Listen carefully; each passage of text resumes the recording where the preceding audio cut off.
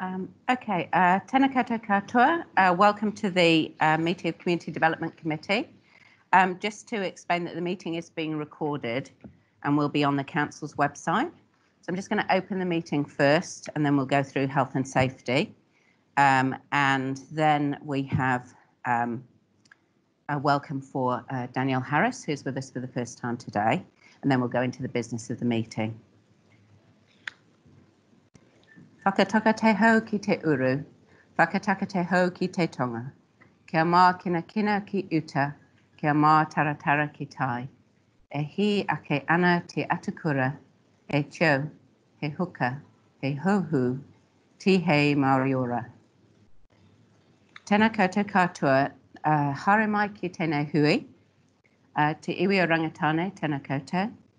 Nā mana kura o te Konihiro Papaoia, tēnā koutou. Te rangatira Danielle, tēnā koe.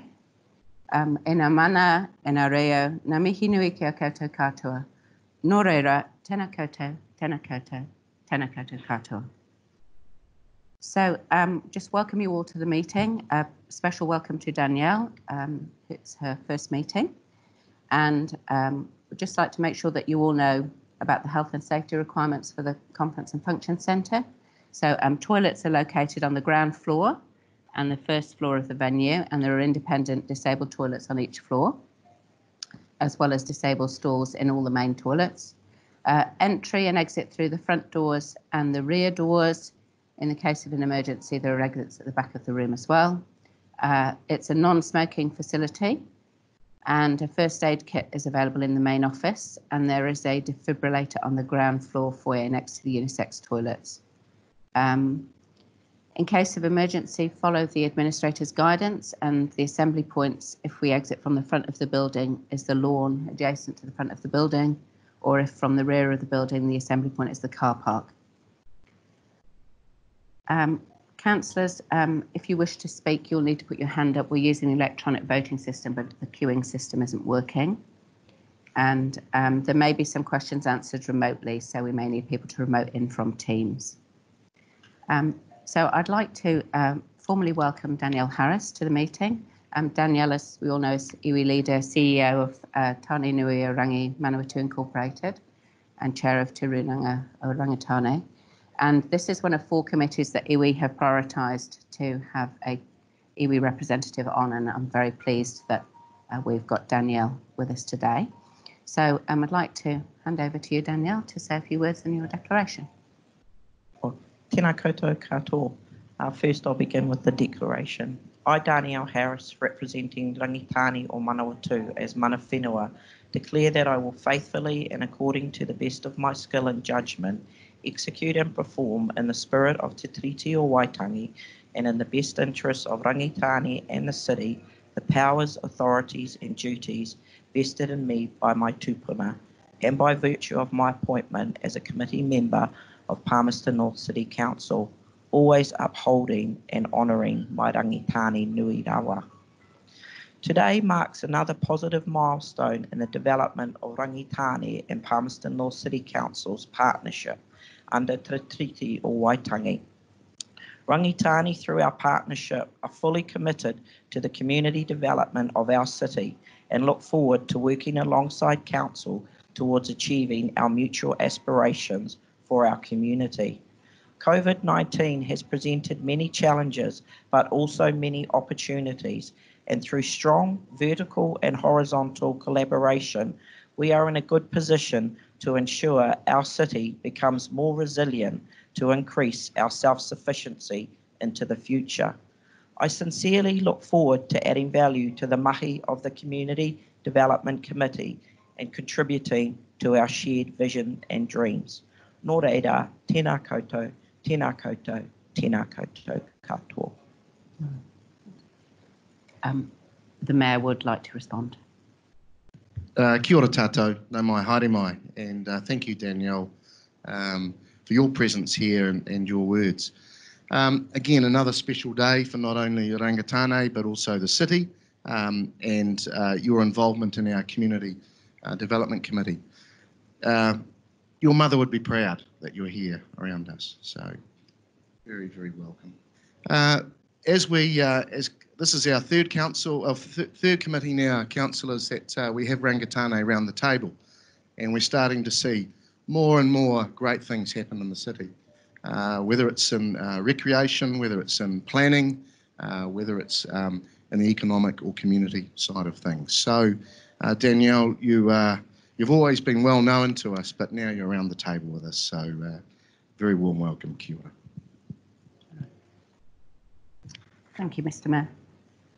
So now we'll move on to apologies. I have apologies from the Deputy Mayor and from Councillor Lou Finlay. Are there any other apologies? No. Then I'll move that the apologies be accepted, seconded by Councillor Bowen. And if you can vote, please.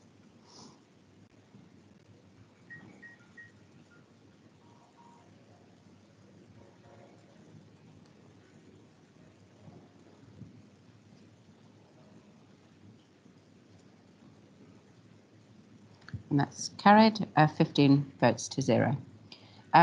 So item 2 is additional items. I'm not aware of any. Item 3 is declarations of interest. And again, I haven't received any. Are there any declarations of interest? Danielle.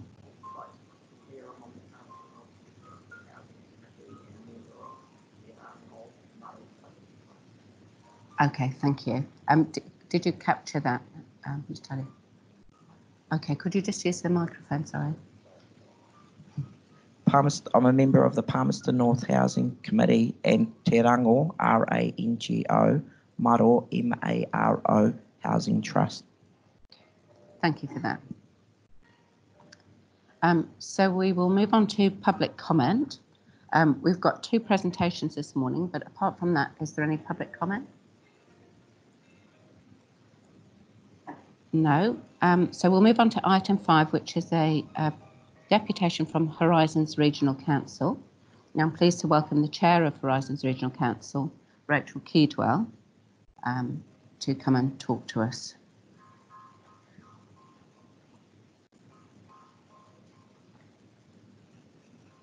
So Rachel, you will need to use the microphone because the meeting's been recorded, and we'll use the traffic light system, which will give you 10 minutes. And I'm sure councillors may well have questions after that. So when you're ready. Kia ora koutou. Thank you very much, Lorna, for giving me this opportunity to speak today. I'm going to take the time just to update you on the ticketing system for our buses. Now, I know you've heard about this system before, and it's been a long time in the making, but I'm very, very pleased to say that it's actually rolling out this month. So I wanted to let you know what the ticketing system is, how we're rolling it out, and also how you can get involved. So the new system is replacing the old one, which is well past its use-by date, and we're working with another 8 regional councils to do this. And the system is called the B card. So this is the card that you will need from the 20th of July to ride the buses. And it takes over from the old system, which is called the Go card. So there are a huge number of advantages to using this system. As a passenger, you can top up online, which is an advantage over the current system where you can only top up with cash with the driver or at very few offices such as Horizons or the iSight. You can register your card online, so if you lose your card, you don't lose the balance that's on it. You can just transfer that across. You can look after multiple cards, so if you have children, you can keep track of all of those. There are some neat features like auto top-up, so if your card drops below a certain balance, it will automatically top up the amount you nominate from a linked account. So no need to worry about your child not being able to get on the bus because their card has no money left on it. You can also use the same card across the other 8 regional councils, so Taranaki, Hawke's Bay, Waikato. If you travel to those places, you can just get on the bus and use the card like they do. There will be a slight adjustment that you have to learn, which is the tag on, tag off, which people are familiar with if you use buses or trains in the bigger cities. So that means when you get on at the front, there's a scanner and you tag it, and when you get off, you have to also tag it to make sure we know and deduct the fare. The advantage there's definitely an advantage in doing that, and with the other ways of topping up the cards as well. It should mean quicker boarding on the bus. You don't need to interact with the driver in quite the same way. It's much quicker than the Go card is. And you won't end up with the problem that we currently have on the first day of term, where every second student is getting on there and putting $20 on their card, which slows things up as well. From the Horizons end, we get a whole lot more information. Because it is tag on and tag off, we know where passengers are getting on and where they're travelling to around the city. And we'll be able to use that data to inform the review we're doing of the bus service to make improvements and make the bus service as good as we possibly can for the city of Palmerston North. So this is all happening on the 20th of July, and we're doing it in a staged rollout to really simplify things and make the transition as smooth as possible. In case you don't know, at the moment buses are free. So they've been free over the entire lockdown period because public transport was deemed an essential service and was made free throughout that period. That was supposed to end on the 30th of June, but we've got an extension with NZTA to see it right through until the 20th of July when the B card rolls out. So that means you can ride the bus for free. Did I mention the buses are free? No parking problems, just get on the bus, get into town. Great way to get around. When you're on the bus, you can pick up your B card and then you can, in your own time, register it, top it up and be ready to go by the 20th of July. So, get on there and have a look and see, and you'll see I think we've already fitted most of the buses with the scanning devices at the front and back door. And you'll also see on the bus stops around town, there's the decals on the bus shelters talking about the B card. So get on the bus and get your card and get ready to go. On the 20th of July, we're going to, the free fares will cease and you will need a B card to travel. You can still pay by cash, but this gives a significant discount on the cash fare. To make it really simple, we are just saying there's no stratified fare structure. We're just saying flat fare of $1.20, which is the current child's fare using a card. So that's to alleviate any problems with people who haven't registered their card. Because when you register, you say what you are. Are you a student? Are you a child fare? Are you a super gold? So there's a little bit of layer of confusion there. So to simplify it, we're saying just load some money on it. It will just take out the lowest fare possible. And if you are already travelling for free on a student ID card or on a super gold card between 9 and 3, that will continue to work. So you can still use those cards. We'll phase that in a subsequent phase. So the first phase is just those people who have to pay to use the bus will just be charged $1.20 flat fare. Further down the track, what we'll do later this year, we'll then put in place, we'll reinstate the full fare structure and then also ask the super gold users and the students who currently have the universal free access scheme to also jump on board with the B card. They can switch over anytime they want. They can get a B card now and travel and give us the data of where they're going, which will be very useful. But just to keep things simple, so we're almost like we're swapping over with one user group at a time rather than trying to do the whole lot all at once. As you can imagine, on the 20th of July, there might be a little bit of confusion. So we encourage you, if you'd like to get involved, you can just email me and let me know if you're willing to come and be an ambassador for the day or the morning or even just an hour. Ride a few buses and just talk with people and show them how to use the card. So how to tag on, how to tag off, and give them the information they need to know so that they can use the system effectively. We'll give you all the training you need, so it'll be very simple. We'd love to have you on board. It's a great way to catch up with your constituents and just find out a bit more about what it's like riding the buses in our city. So if you'd like to do that, please just email me and I'll put you on the list to help out. So it could be any time in that first week. I've also got a bunch of brochures here, so I'll just leave that at the desk at the end so you can grab one as you go out. We will be going around and talking to schools because students are one of the larger ridership numbers in the city. And then as we phase in the super annuitant gold card users, we'll be going and talking to rest homes and retirement villages.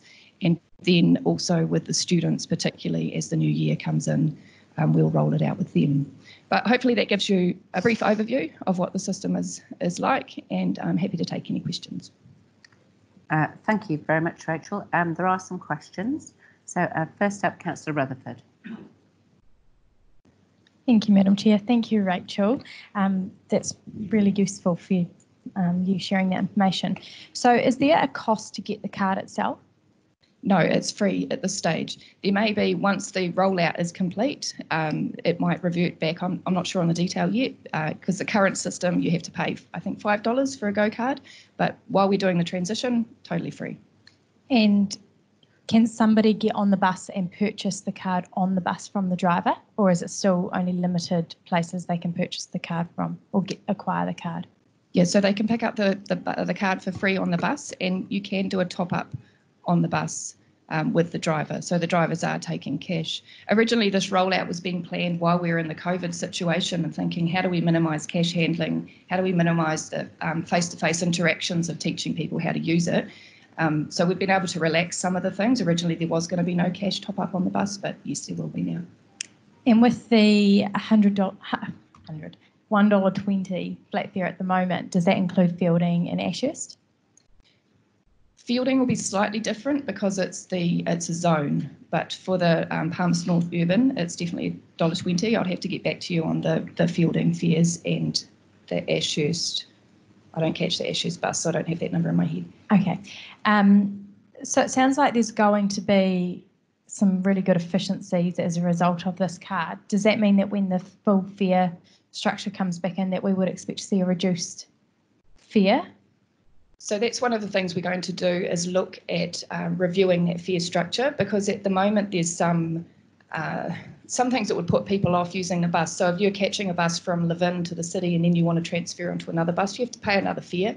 So we're looking at things, how can we link it all up? If you come in on a Fielding bus, can you just use your Go card and it sees it as one continuous fare? So there will be a number of things that we'll look at. Okay, and when will the decision be made around the pricing for zones? That's probably going to come to our Passenger Transport Committee meeting in, I think, August. Okay, thank you. Thank you. Councillor Hafter. Thanks, Madam Chair. Thanks, Rachel. Just interested in the free service that you're offering and the uptake on the free service and how Horizons have advertised this free service to our community. Yeah, so the service was free right through the lockdown, and we didn't advertise anything then because with the social distancing measures, we couldn't encourage extra people to get on the bus because we were having, struggling with the numbers there. Now that it is free, we have a publicity campaign. There's going to be some advertising coming out. I don't have the full details of that, but I understand that they are working with the City Council as well to use your channels to put that information out there. So we haven't got any numbers on the usage. Has the usage gone up since it's been free? Because it's conflated with the whole COVID situation, the numbers in level 4 were down to something like 2% of normal usage, and they went up between 10 and 20% of normal usage over level 3. I don't have the current numbers at the moment, but assuming that it's slowly getting back up there. But you'd also realise there's still a reluctance to use the buses because of the distancing, and people have that in their mind as well. So I'd really encourage people to still use the bus and take advantage of the fact that it's free at the moment. Yeah, thank you. Councillor Barrett.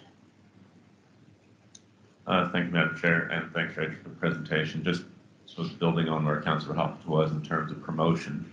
Sounds like a pretty good deal going forward too, more than 50% off by using the card versus a cash fare. Is Horizons going to be doing any promotions of that 50+% discount on rides?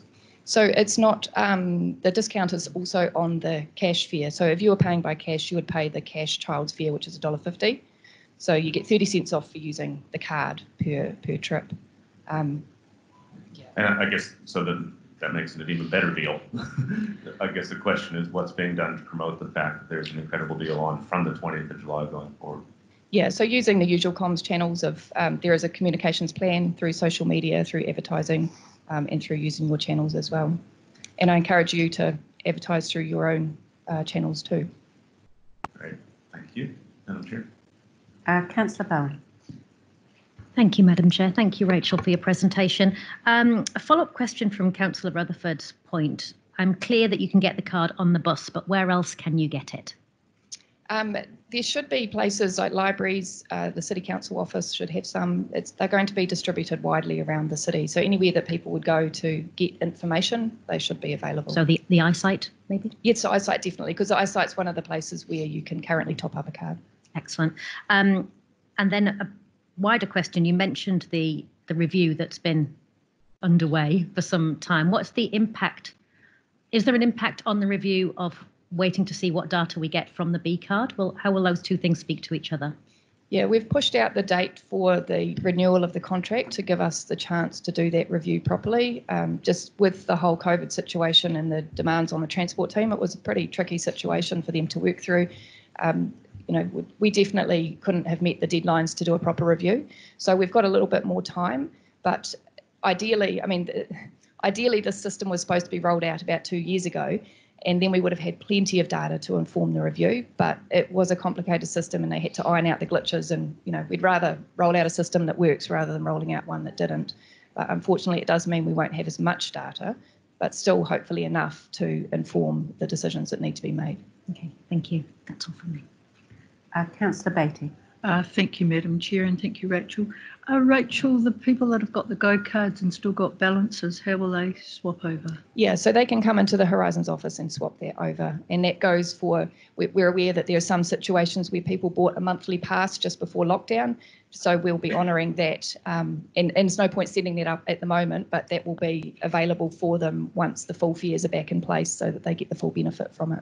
And that's only from Horizons? I'm imagining the eyesight, I'd need to double check that, but the eyesight you used to be able to top up a Go card, so I imagine they've got the same facility. And another question, if I may. Can I use that card in Auckland? No, so this is where the story gets complicated. Some of the bigger metro centres have their own system, and the reason this card was developed for some of the provincial ones is that the system had fallen over. Like Northland, their system had completely fallen over. So this is almost like an intermediate system for about 5 to 7 years. And then what they're aiming to do is have one card over the entire country. But because of the different stages that the different councils were at, it wasn't really possible to roll out one straight away. So it's kind of a staged approach. Okay, thank you. Danielle. Thank you, Madam Chair. Thank you, Rachel. As part of your comm plan, are you using Kia ora FM to promote this to our Māori community? Because that's a great way of getting the message across in this new kaupapa. Great suggestion. Thanks, Danielle. I'll double check with our comms team to make sure. Councillor Hupton. Thanks, Madam Chair, for letting me come back in again. Just the rate demand that we send out to all our rate community and also the Horizons, is that an opportunity to get this out to both groups? If we're sending out rates to both lots, could we send out this information out as well at the same time? Yeah, that's a great idea. When's your next one go out? Stuart? We could put in an update. Councillors, any more questions? No? Okay. Oh, well, thank you very much, Rachel, for your presentation, for updating us on the B card. And we appreciate you being around to answer so many questions as well. Thank you. So I would just like to move that the committee receive the deputation for information, seconded Councillor Bowen. Are there any comments? No? Then we'll vote, please.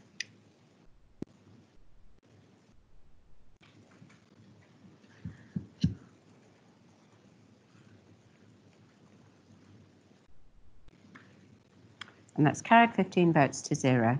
Thank you. So the next item, item 6, is a deputation on the Papaoia housing development. So I'd like to invite Judy Groom and any of her support team that wish to present with her to come up and talk to us.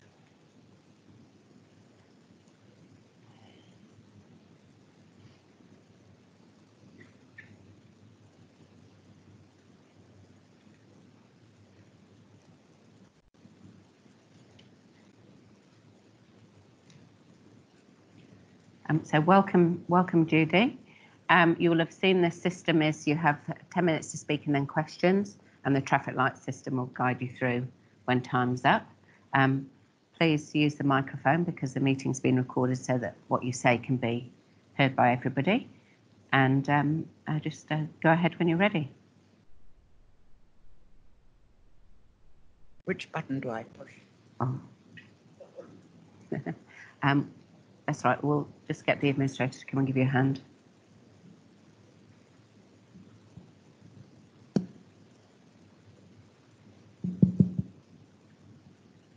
Thank you very much for giving us the opportunity to speak to you today.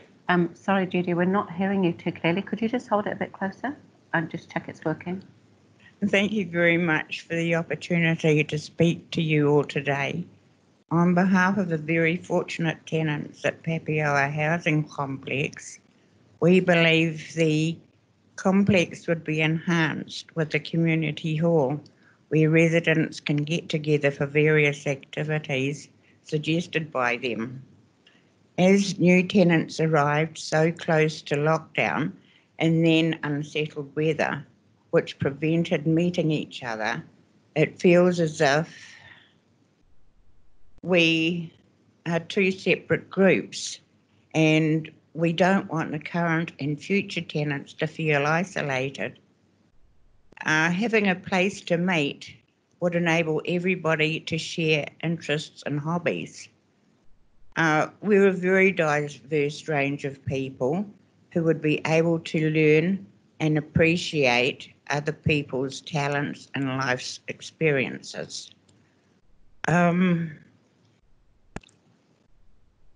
I didn't know how to fill 10 minutes of talking. So you don't have to fill 10 minutes, Judy. So thank you very much. Okay, that's great. Are you happy to take some questions? Yes. Okay. Councillors, Councillor Naylor, sorry. Thank you for coming in. As we proceed next year with our long-term plan and consider investment, further investments, one of the things we'll need to look at is if we're considering putting a hall in that area, weighing up whether it would be more advantageous to put a hall in or whether it would be more advantageous to put more units in so that more people can, live there. Do you have a view about which would be of more benefit if we had to choose between that and the space that's there? I know there's a shortage of housing, but we also realise people have got to have somewhere to meet for their own mental well-being. And there's going to be at least 80 people there. And so it would be nice to have somewhere we can spend a bit of time doing puzzles, hobbies, and what have you. Thank you. Councillor Bowen. No? Oh, Councillor Butt, sorry. Thank you, Madam Chair, and thank you, Judy. Thanks for your short and precise presentation. I guess there is more than a year when the first set of tenants were moved in, and then about 6 months ago, some more people came there. What are you doing currently to have a get-together? Are you meeting in the lawn or what? No, there's just a small group of us who meet in each other's unit twice a week. Okay. And there's sort of no other sort of groups doing the same thing. We're fitting 4 into our units, and that is comfortable. Mm-hmm. But as I say, it would be nice to meet other people. All right. Thank you. Thank you, Madam Chair. Councillor Dingwall. Thank you, Madam Chair, and thank you, Judy. Terracine School is just directly across the road from the field. Have you considered using their hall as a venue? Well, we have got quite a few people with disabilities, and in some cases, unless they have transport, that is quite a distance for them. And I don't know how people feel about crossing Ruahine Street because it's very busy. But if that was the only option, it's better than nothing.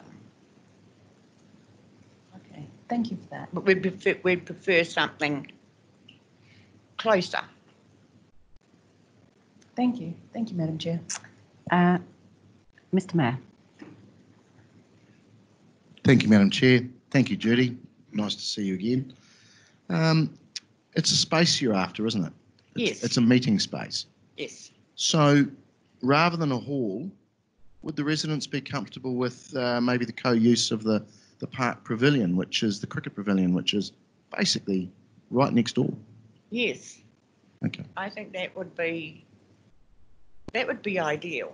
Okay. And thinking it would be much more viable proposition than being a purpose-built building. Okay. Thank you. Councillor Barrett. Thank you, Madam Chair, and thanks, Judy, for coming in. I just wanted to ask about what might be done in the near term, I suppose, because you talked about the group of residents that are already there and then the ones that come. Even if we sent the builders out tomorrow to build a pavilion, it would take some time. Are there ideas that you have about ways that could be pursued to facilitate new neighbors getting to know each other? I mean, you talked about sort of meeting in individuals' spaces, but are there some other things that could be done to help that? Well, there would be activities, plus we could have guest speakers like Neighbourhood Watch, far as crime prevention goes, indoor bowls, activities like that. And it would be a place where individuals could celebrate their birthday with their families, and occasions like that. Yeah, thank you. Appreciate those examples. I guess I was wondering if there's any examples as well that might not be dependent on a new building, but could still help to make some of those important connections. Sorry, could you explain further? Well, just wondering, because you said one of the challenges that you face now is that the connection between the residents that have been there for a longer time and the residents that are just there now, the new residents. Are there some ways that those connections could be made that wouldn't require an additional building? It would all depend on the weather.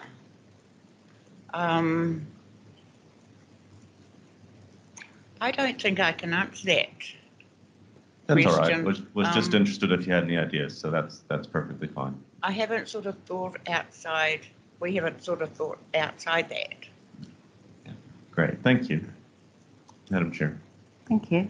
Councillors, is there any more questions for Judy? Oh, Councillor Hancock. Thanks, Madam Chair, and thanks, Judy. Just curious, you mentioned neighbourhood support. Is there an active neighbourhood support group actually there at the moment? There is a very informal one. We saw Neighbourhood Watch just before lockdown. And we haven't had sort of any response from them. Okay. Nothing further. Yep, thank you very much. I'll put you in touch with the coordinator. Thank you, Madam Chair. My name is Raymond Eyre. Listen, I live at Papiawa Place too, and I just want to explain. I've been there about 5.5 years, and there's always been a community centre or something there. Always, when I got there was one there, and there used to be quite a few of us go over there and play housey and all that sort of stuff, and it was enjoyable. We used to get together, have cups of teas and all that, and sometimes have dinners at night and that sort of stuff. But it was good, and sort of something that we really do need, because some of them don't want it, but most of them do, So, I think it's very important especially for the elderly, they need a bit of bit of company and everything like that, because some of them just lock themselves in their unit and stay there and isolate themselves. And it's not very good, eh? It's quite sad, you know. Okay. Yeah, so that's all I've got to say. Thank you, Raymond. Thank you. I think that's it for questions, Councillor. So, Judy and Raymond, thank you very much for taking the time to come in and speak to us. We will now vote on receiving your deputation, and I believe that there is also an additional recommendation coming up. So you can now take a seat back in the public gallery, and thank you for your time. Thank you very much. Thank you. Councillor, so there is an additional recommendation coming up.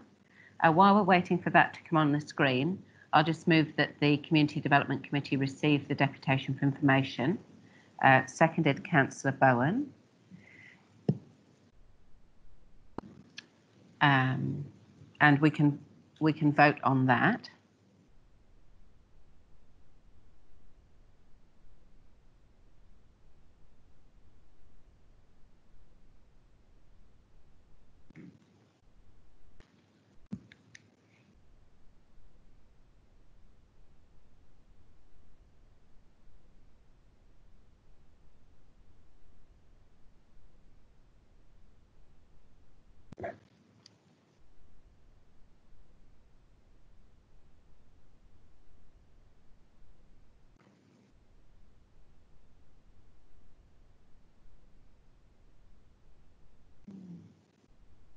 And that's carried 15 votes to 0. So the additional recommendation is from Councillor Rutherford. Councillor Rutherford, would you be? And seconded by the Mayor? Yeah. So just while we're getting that typed up on the screen, Councillor Rutherford, are you happy to just talk us through that one? Sure. So basically the recommendation is just requesting that the CE report back to the next Community Development Committee around the opportunity to explore the cricket pavilion as a shared space and what that could look like and what some costs could be around that. And so I understand that there has actually been some work done sort of behind the scenes around a community space, whatever that may look like. And there is a funding application in at the moment for the Provincial Growth Fund, I believe. So we don't know the outcome of that yet, but either way, I think by putting it on, getting the Chief Executive to report back to community development, it's just going to capture it somewhere, and it means that we can sort of track what's happening in that space and work out ahead of time whether it needs to be referred through to the long-term plan or what other opportunities there could be around either an existing space or a new space. But either way, I think it's a good opportunity to start that work now. Thank you, Councillor Rutherford. Mayor, did you want to speak to that? Thank you. Yeah, as seconder of it, definitely. Thank you, Madam Chair. Councillors, we have a space next door, Papiaoa Park Cricket Pavilion. It's used for storing very good cricket gear, and that's about it. Occasionally gets opened up for a drink for thirsty cricketers on a Saturday, but other than that, it stays pretty well empty. It's actually a good space and obviously served the city well in different times and past times. But I do think that's a space that could be, with very minimal alterations, could almost be used tomorrow for these residents who need social interaction. We've doubled the amount of people on the same bit of land, and we've taken away something. So I get the view that there may be no money left in the kitty to build a purpose-built community centre, but we have a great space next door that, with a little bit of work, could actually help both the cricketers maybe engage a little bit more with it on a Saturday, but also our residents at Papiaoa Place being able to use it when it's basically just shut. So I think it's a great opportunity with very little council money, but just reutilising the space a bit differently. So I urge you to support it. Thank you. Thank you. I'll just ask Tom Williams, GM Infrastructure, to comment, please. So this piece of work is already underway. We're already investigating. You know, we do need to work through that. It's on a reserve, so there are some things that we need to investigate there. But more than comfortable to report back, and more uncomfortable with the timeline. Cool. Thank you very much. Councillor Rutherford, we haven't actually got a timeline in there. I think when you spoke orally, you said to the next Community Development Committee meeting. Did you want that in there? Yes, my apologies. I wrote this recommendation out a couple of times because I'm a terrible speller. So the original one did have to the next Community Development Committee, but I just wasn't sure was that... I think that timeline has been acceptable. So could we add that in, please? Presuming the second is happy with that alteration. Yeah. Is there anyone else who'd like to make a comment? Councillor Beattie. Thank you, Madam Chair. I think it's a no-brainer to look at facilities that we've already got. And if we look at something purpose-built for them, I mean, if you look at Bunnythorpe, it'll take years before they do a concept plan and they need something now. And if there's a building sitting there, I mean, as I said, it's a no-brainer. Okay. Councillors, any other comments? Councillor Rutherford, would you like right of reply? I don't think that would be necessary in this instance. Okay. So let's vote on this additional recommendation, please.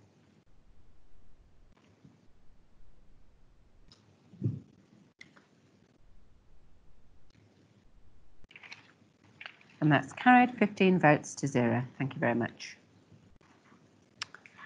So we'll move on to item 7, which is confirmation of the minutes of the extraordinary Community Development Committee meeting held on the 25th of February.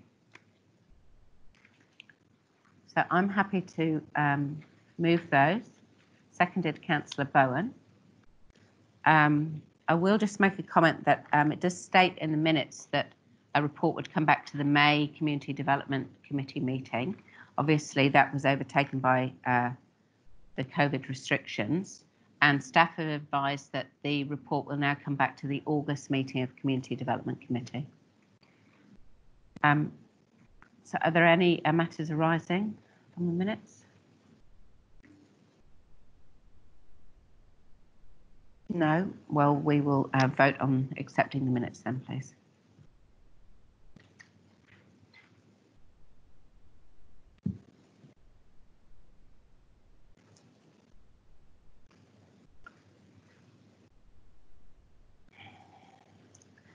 And that is carried 13 votes for, none against and 2 abstentions.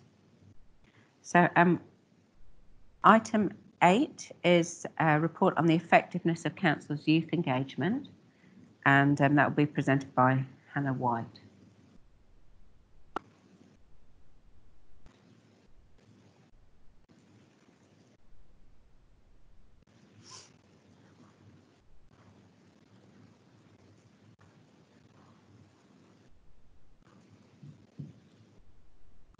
Kia tātou.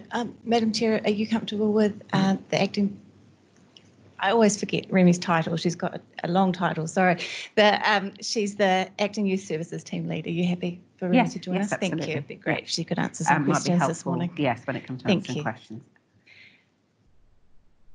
Councillors, before I begin, it has been pointed out to me this morning there is a mistake in my report, so I'd like to get that right before I do anything else. So part 2.13, there is a very large percentage there which says the Facebook engagement has grown by 117%. That is in fact 177%. So my apologies, that is a typo that wasn't noticed earlier.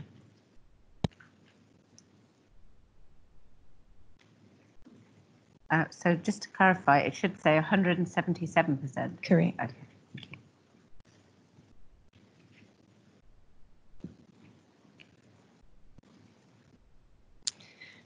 The genesis of this report was a group of young people who came to visit with you and brought a petition as a part of the School Strike for Climate Change movement back in March 2019. So I'm very glad to actually be able to bring this back to you after several staff changes, a review of governance services and of course COVID.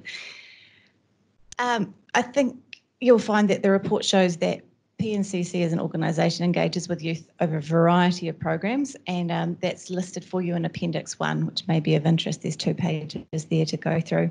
As you go through all of the programs and items, that's just for the 2019 year, that's listed there for you. So you'll see there is a wide variety. The focus has been certainly in youth services on youth development, particularly in leadership and wellness, and any events in that space have certainly been around that wellbeing focus for young people in our city. From an active citizenship lens, I think we've found that we're well placed to grow on our engagement with young people, particularly in the decision-making space, specifically to contribute to one of the strategic goals that we have, to build community capacity to take ownership for their own solutions, which is the focus I think we'd like to see for youth development. Effectiveness of engagement is about meaningful participation, and how do we measure that? So we've turned to the participation literature, and I've attached Hart's ladder there to the report for you. That is pretty much the most influential piece of research in this space. Hart's ladder looks at each project and looks at the level of youth participation in that project. The other more well-known piece of literature in this space is Share's Pathway. That actually looks at the organisation as a whole as a model, and looks at where the organisation sits in their readiness and commitment to youth engagement. Youth services at PNCC are really keen to work on building capacity so that we can be on the high rungs of that ladder, and that's where we're going to focus in our next steps. So you'll see the next steps are that there's several offices in the organisation that already have specific KPIs for youth engagement. So we're going to be working together to make sure that what we're doing across the organisation is integrated, and that the voice that we're hearing is actually being fed through to you as decision makers. And we're also going to be looking very specifically when you are going through 10-year plan workshops, you'll be presented with the active citizenship plan, and there will certainly be several paragraphs in there specifically on youth that we'll be looking at. Rami, did you want to say anything?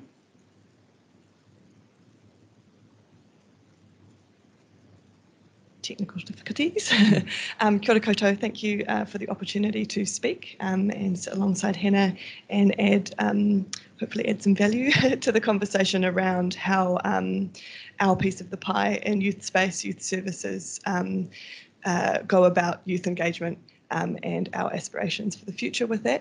I do just want to add, thank you, Hannah, that we in youth space, part of our success really is having a diverse range of activities and work streams. So right from employability, wellness, enterprise,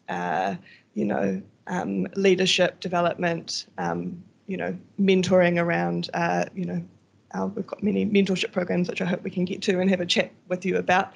But that really is key to our success and is a real opportunity for the organisation to engage across those work streams with us to lift them up. And yes, just wanted to add that. Thank you. That's helpful. So I'll open up for questions. Councillor Bowen.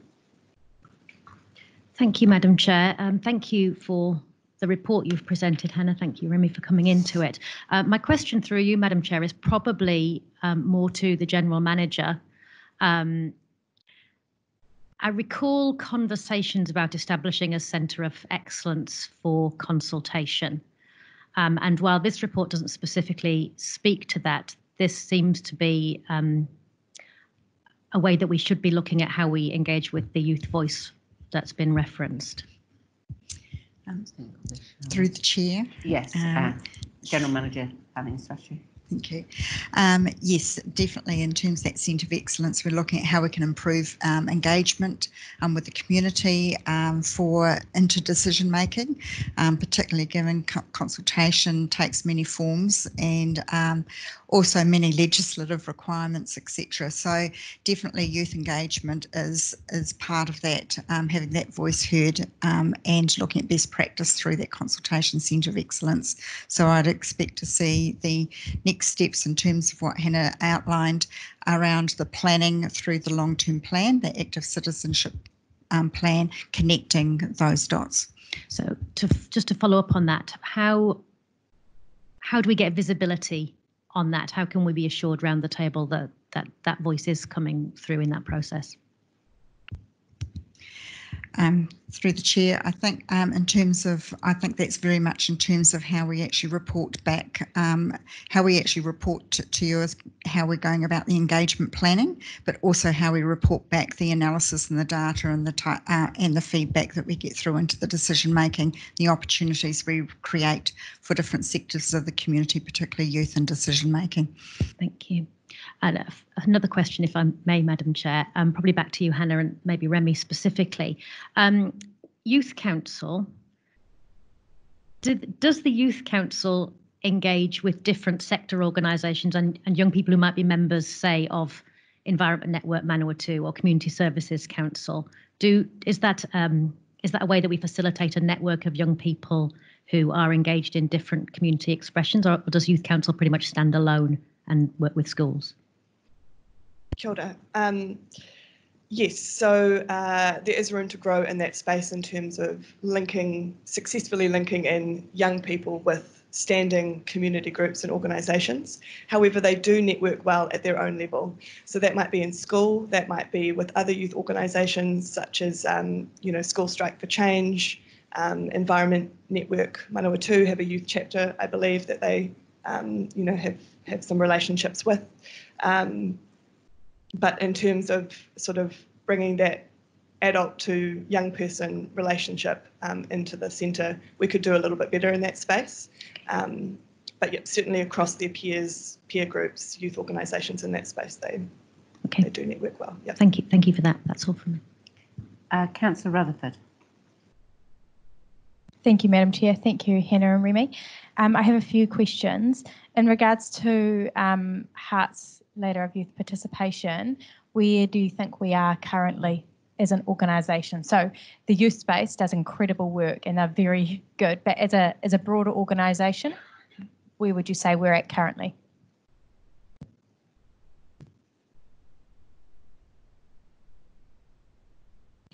So if everyone turns to item 8 attachment 3, which is on page 33, you'll have the ladder in front of you. So you'll notice there's two colours. So there's the yellowy colour and then there's the white. So the white is the positive space. So we want to be in the white space. In all honesty, I think we could sometimes say that we're in the second white rung. So young people are consulted and informed. I say sometimes because there are examples of where we have done this and done it well, but it's not consistent with every consultation. Now, if you then put that against Shear's pathway for the organisation, that would put us at level 3, which is what he says is the minimum to meet the United Nations rights of the child. Thank you. And then in regards to moving up the ladder, there has obviously been some ways identified as an organisation. Specifically, there was, in the next steps, it was consider a joint meeting. So obviously, across the organisation.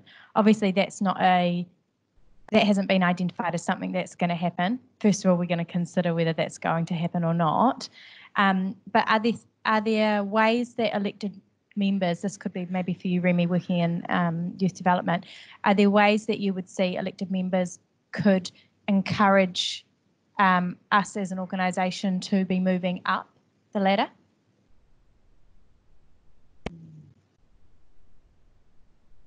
I also appreciate that question might need a bit more thought than just right now. Sure. Yeah. So if we look at what already stands in terms of I guess, a structure and a mechanism to engage with young people. We've got Let's Talk drop-in sessions around particular consultations. We're doing some work in that space alongside Youth Council on how we can better engage at those sessions, and happy to share some information on that if that arises, if that opportunity arises. I think Youth Council could come to this forum and be supported to do that a lot more often. We also have a wide variety, and I think across the youth sector, but particularly in the youth space, if we're just looking at this organisation, of leadership and development programs. And really, we work quite well at an operations level in that space in terms of networking them to opportunities, to, relevant work streams that might be of interest. It might be, the work that's being done on the awa, alongside iwi and the project space there. We've got 2 tuia leaders this year that are really interested in that space. And so it's about having conversations at that operational level. However, I think we can do that better in this space. I know that's not a whole lot of ideas, but we've got a foundation to work with, and I think that's important to recognise. We have about 5 or 6 leadership programs, so Youth Council, tuia, which is the Mayor's Task Force for Jobs, project, Global Ambassadors, which is international and domestic students who are really interested in getting involved and participating in community life here. I have quite a list. I'm a little bit nervous, so going a bit blank. However, I'm happy to circulate that along with numbers and aims at a later date. Yes, perhaps we could have that list circulated at some point. That would be really useful to capture. I mean, the events that were captured in the report were really great to see, but the opportunities, I think, would be useful because recognising elected members all have their own platforms to perhaps promote those as well. And then just my final question was, in regards to rangatahi Māori and I guess as a focus, is there work being done in that space? What are we doing to reach out to that area of our community, even through the youth space? Are you able to talk a little bit about that work? The youth space at the moment, our main usership is rangatahi Māori. Our daily, we sort of have a crew that come in for a number of years and then they either age out or find other opportunities. We're really fortunate at the moment to have a really cool crew of young people from QEC, Awatapu, who are mainly Māori. And we have some awesome conversations and learn lots in that space, which is really cool. Again, our leadership programs, we are committed to tuia, which is a national program to develop young Māori leadership locally, and they network sort of at a national level. Amazing program, been happening for about 10 years, so it's a privilege to be involved with that. We also, from a youth space perspective, work really closely with a lot of our, tutoa, manakura, education services and organisations. So we in that space work quite closely with services. Thank you. Councillor Naylor. Thank you both for the report. Just looking at attachment 2, page 31 and 32 with the visitor numbers to the youth space. That's really positive in terms of how the numbers have increased over the years. You just mentioned that you have a regular crew that come in. A couple of questions. What is the mechanism to capture the numbers? And is there any way of understanding how many people that actually represents? Because obviously there'll be people that come regularly every week and a few times a week. Yeah. Sure. So the way that we capture that data is consistent with the way the library captures their data and obviously our branch libraries as well. So we have door counters. And so that creates our average. We can cross-check that obviously with, I'll run you through a day. So normally we open at 12 to 6 is our open hours, Monday to Friday.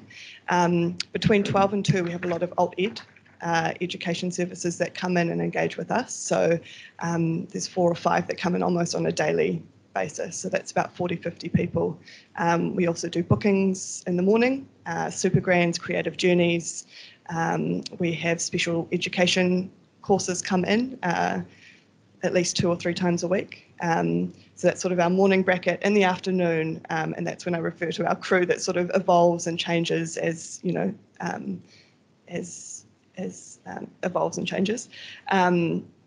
And so that really varies, and I think it varies on, you know, they sort of find a place and a belonging for a period of time. And what our team are really great at doing is pathwaying young people to opportunities that exist. So sometimes that takes a couple of years, sometimes that's, you know, around employment, or so they come to the space and that they belong there for a little while and they sort of age out and find some other places to connect with. Does that sort of answer your Just question? to follow up, so does this do these numbers represent the youth that attend, or does it actually represent all the visitors that you've just mentioned, the grannies and everything in the morning as well? Everyone. However, we really emphasise, and that's the reason, the foundation of the organisation is that we provide opportunities, a space for young people in youth-centred work. So most of the people that come through are delivering youth work or a youth service. Yep, so it's relative. Thank you. Councillor Barrett. Thank you, Madam Chair, and thanks, Hannah and Remy. A few questions. I suppose to start with the drilling in around the meaningful interaction and meaningful engagement. You sort of presented the sort of textbook view of it, which is this Heart's Ladder. I guess just interested in terms of the youth in our community. What would they say it actually looks like and feels like for them? Do we have a good sense of that?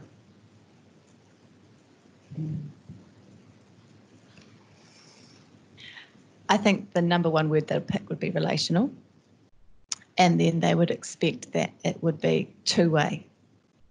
So you're not just standing there talking to me, you're listening to what I have to say, and that's been incorporated. So those would probably be the two key parts, but I'm sure Remy could also add some key words to that.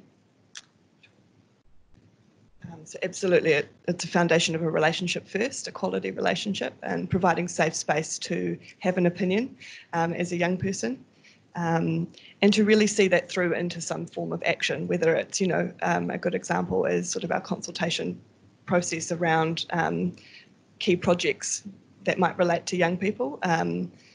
And so what we've tried to do and tested over the last year and a half is to really talk young people who want to engage with that through the process. So it's informed decision making. So they know, you know, what are they contributing to at this part of the puzzle, and then what does that look like at the other end? So what's happening with the data that's being collected and their opinions that they're giving?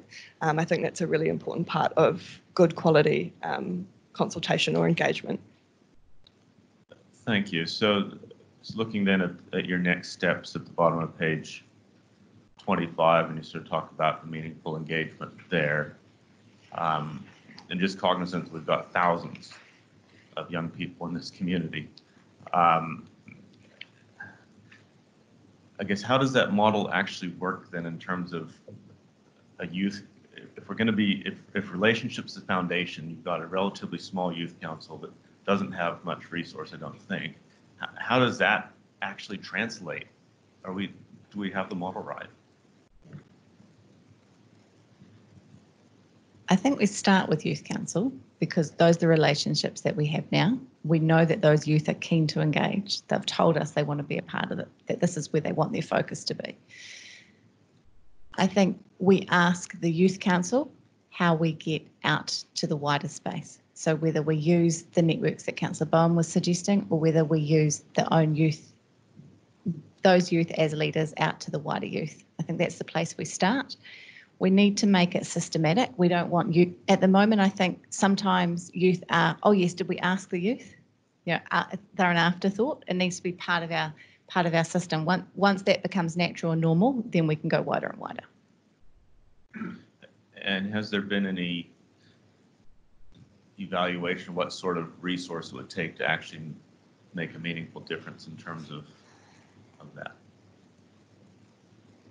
I think we have enough of a foundation now that we can start without asking for finance, if that's what you mean by resource.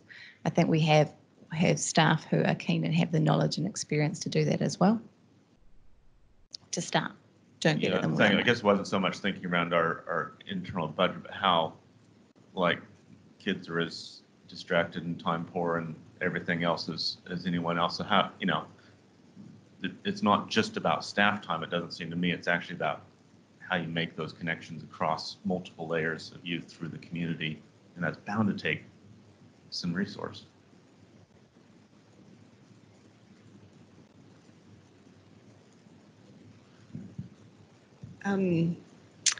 So I think a couple of things. Social media is a great tool, and obviously, we're moving away from Facebook as one of those tools. So we're heading into sort of TikTok, YouTube, that sort of space, and being creative. It's, as we all know, a constantly shifting space on what's trending. So it's about, I guess, utilising what we have available at the time and continuing to be agile in that space and responsive to actually what are the mechanisms for connection.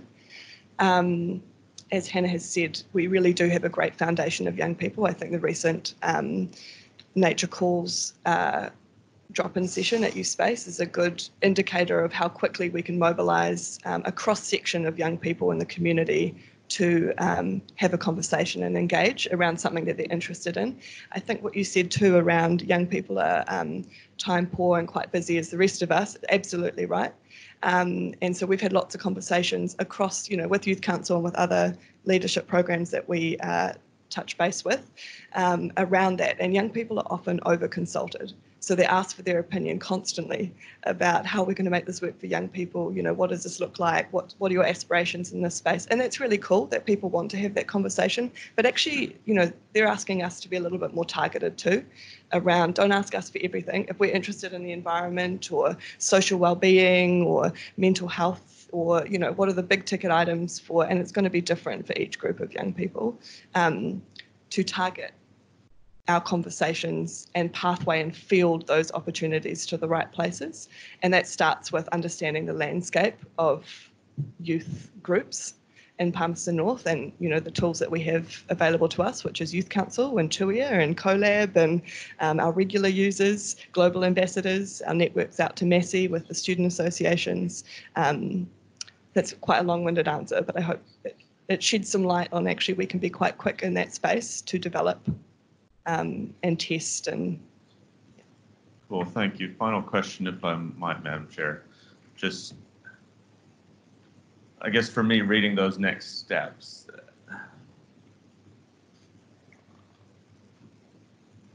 without commenting, I guess I would just say that I was hopeful for something a bit more ambitious, and I'm just wondering if you had some more ambitious ideas that you felt like, well, we sort of have to self-censor that a bit and just sort of be,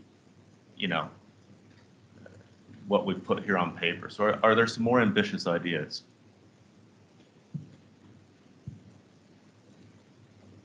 I'm hoping you'll see some more ambitious, well, you'll agree that there's some more ambitious ideas in what's coming through in the Active Citizenship Plan. Thank you, Madam Chair. Thank you. Danielle. Thank you, Madam Chair, and thank you for the report. I just have two questions. Do you keep details of ethnicity of youth engagement and voices to ensure as much participation by all ethnicities of youth in our city?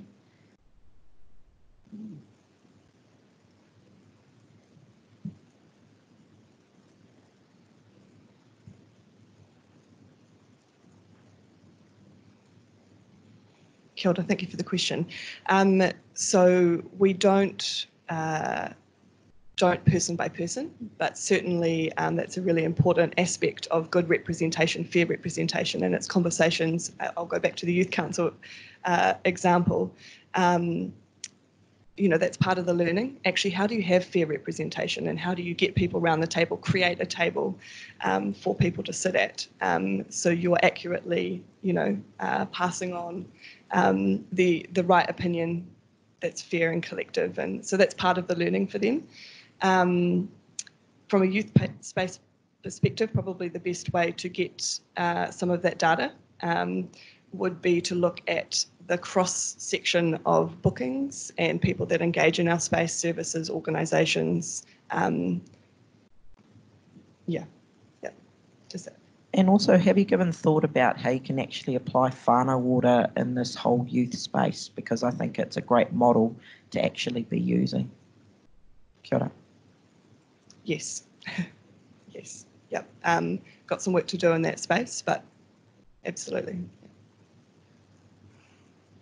Thanks. Thank you. Councillors, any other questions? No. Well, Hannah and Remy, thank you very much for the report, and Remy, thank you very much for making yourself available to answer so many questions. Appreciate it. So, councillors, we've got 2 recommendations: receiving the report, and that Youth Council be invited to present to the Community Development Committee at least annually. I'm happy to move those. Seconded Councillor Bowen.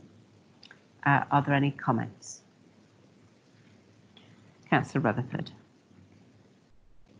Thank you, Madam Chair. I just want to make a quick comment on the second recommendation. If we go back to looking at Hart's Ladder alongside that recommendation, I think we just need to be really clear that as an organisation, we can put the invitation out to the Youth Council to come and speak. And of course, we need to make sure that they feel that they can come and speak to any committee of council and be involved in that process, you know, as much as they're able. I think we just need to make sure that our expectations are not that they must come and present and that they need to be there at a certain meeting, because that moves the dialogue from an invitation where they are invited and they are choosing to come and present to them being told what to do. And that moves us further down the ladder. So we just have to be really clear that we need to create an environment as elected members where they know that they can come and speak to us and present and share their views, but it needs to be on their terms. So they need to be able to go out and, you know, speak to whoever they want to speak and come forward in a meaningful way. When it gets to the point where we're telling them what to do, that's just... That's not moving us into the white space on the diagram. And then also, just while I've got the floor, just take the opportunity as well to recognise the work that Remy and the youth space are doing. Looking at the, you know, if we want to look at the data in terms of things like door counts, programs, outputs that are coming out of the youth space, we have come a long way, and there is some really incredible stuff happening there. The work that's being done, the partnerships, and the space is being used in really creative ways. We had a very brief comment from Remy around morning bookings from places like Supergrands, and so actually, like it's a really great facility that's being utilised not just during that 12 to 6 operating hours. So yeah, just wanting to recognise Remy and Remy's team as well, because there's some great people there.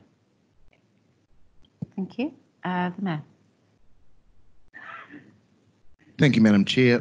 Thank you, Remy and Hannah. Remind the councillors that we are second youngest city per capita in the country. In the next decade, we'll be the youngest city with an average age of 33. Now, youth has a big part to play in our city, and their voice must be heard. Just challenge the councillors, and I know some do more than others, to get down to that youth space to engage with the youth. It was interesting when we took the wastewater roadshow down there, and just the crowd that developed around that subject. But we do lots in this space, and I agree with Councillor Rutherford's comments that the invite's there, but we can't be forcing things on our youth. They have quite a complicated life these days from what we went through, and there's lots of challenges in place for them. So put the invite out there for sure. There is lots happening, and you can see that by the amount of programs that are going on. The Deputy Mayor and myself are intricately involved in a number of those, as is Councillor Rutherford and other councillors. And I just encourage you to hero up what's already been done, rather than perhaps trying to add more on or trying to change the dial. Let's just hero up what's being done at present. And also a shout out to Remy as well, because she does a great job. Thank you. Thank you. Councillor Barrett. Thank you, Madam Chair, and to first say, a very heartfelt thanks to the staff that are active in this area, and think they're doing some of the most important work in the community and for the future of our city and more broadly. Just reflecting though on the report that's arrived here, it's taken a wee while to get here. And I guess I had, to be honest, hoped for a bit more, and seen, I guess hearing that now we need to wait until the active citizenship plan comes to fruition through the long-term plan. I'm just concerned that, by the time we do something for youth, our youth are going to be adults, and there's going to be a whole other generation of youth if we don't really make sure that we push this along as fast as possible. The second comment that I want to make is that the genesis of this, the concern around meaningful engagement, was actually community-led. It was out of school strike. It was a petition of over 500 petitioners, and I think if they had really wanted to, they probably could have had over 5,000. So, I think there's a real concern and appetite in the community amongst youth for better engagement, and yes, some of that comes through the youth council and other formal channels, but I think we need to be thinking very broadly about what it means to engage with youth meaningfully in the community, and be particularly cognizant of the challenges that youth see in their life ahead, that many of them, I think, have quite a sense of disconnect between where they're at and where something like a council might be. And there is a real gap there that we need to bridge on a number of levels. So yes, absolutely what the mayor's saying in terms of us getting in there and hearing up what's happening now, but we need, to my mind, to go substantially further than that.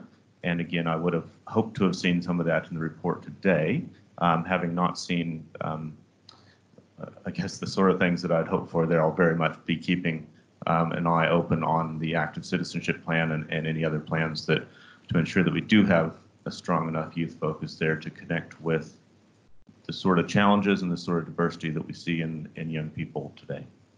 I'll leave it there. Thank you. Thank you, Councillor. You're always open to put up an additional recommendation if you wish to do so. Councillor Bowen. Thank you, Madam Chair. I agree with many of the comments Councillor Barrett has just made. In moving the recommendation that brought this report forward, that was reflecting comments made in bringing forward that petition from School Strike for Climate Change, that those young people didn't know that Youth Council was an option for them to bring their concerns forward. And I noted in the report that we've seen a solution to that by somebody from Youth Council now being on School Strike for Climate Change. But that just seems to me the same as you'd see in many community groups, and many of us go to many community groups, you see the same people at all of them. That's no different with young people as it is with adults. So my interest in asking for this report was to see how effective our youth engagement was, not just Youth Council. Youth Council does a great job. They engage with the people who are interested in engaging in a generic council kind of way. I think what we're seeing in community development generally, not just with young people, is an interest in single issues.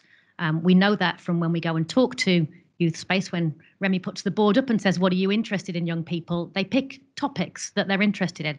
We know that climate change has been up there, drug use traditionally, housing, those kind of single issues.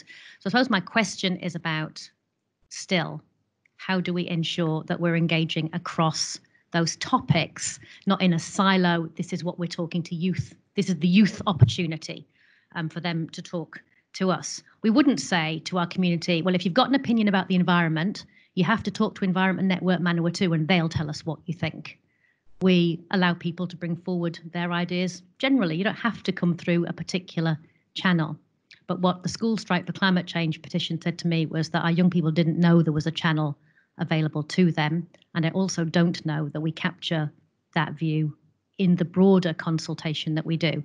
So I do look forward to seeing that active citizenship report come through and reflect some of those issues. And also I'm looking forward to seeing an impact on that consultation centre of excellence that we keep hearing about. I think we're going to we need to lift our game across our consultation generally. The concerns of young people are just part of that. Thank you. Any other comment? I'll just make a comment myself, which is that I think this has been a useful report in that it's made it clear to me that we could certainly expand the breadth of our engagement with young people. So I feel that there are a small number of young people who are quite deeply engaged with council and reflecting back to us what they think. But I do think there's a vast number of young people that are just never feel that their opinion is asked for. Now, in a sense, I suppose I agree probably with the comments of Councillor Bowen and Councillor Barrett that although formal opportunities are available, many young people are unaware of them. So I think that, you know, there's work to be done there in expanding the breadth of our engagement and finding informal opportunities for spontaneous feedback as opposed to, you know, do your written submission to the long-term plan type stuff. But as well as that, I think the report was useful in that it did show us where we should be heading in terms of the depth of our engagement and the way that we need to be providing more opportunities in the decision-making space rather than the consultation space. So I think it's a useful and timely report. I look forward to seeing more coming out of it from active citizenship. But I think the responsibility is on all of us when we are consulting on specific issues to put the youth lens across what goes out and to make sure that we are getting into spaces where young people feel it's easy to engage as opposed to having to do a petition to be asked to ask us if they can engage, which once it gets to that, you're probably not doing your engagement right. So any other comment before we go to vote? Okay, so I'll ask you to vote on these two recommendations, please.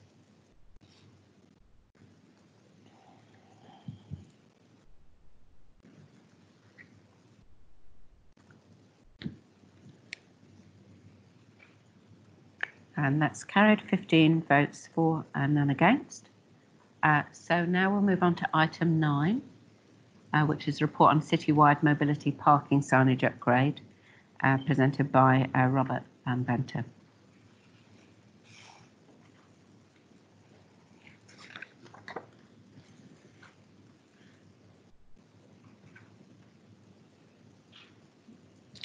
Yes, good morning, Madam Chair, Councillors. I'll be very quick. The origin of this short report essentially was the concern about the inconsistent signage around mobility parking around the city. So one of the issues with having inconsistent signing is that we need under regulation to display the parking requirements if we are to enforce them legally. So we identified there were 19 that needed changed, so add the words "at all times." Those signs have been ordered. In fact, they should be all installed at the end of next week. So, I mean, obviously having the correct signage gives us the ability to enforce them. There is a secondary matter, of course, that if you wish to enforce parking, then you need to have enforcement resourcing. So that's a separate matter. And I mean, at the moment, council obviously has a certain budget and a certain number of staff, and is largely involved in enforcing parking during the operative hours of our current paid parking system. So we're really relying on, outside of those hours, voluntary compliance with those rules and regulations. So that's really all I want to say, really. Nothing more, so happy to take questions. Thank you. Thank you, Robert. Questions, Councillor Butt. Thank you, Madam Chair, and thank you, Robert.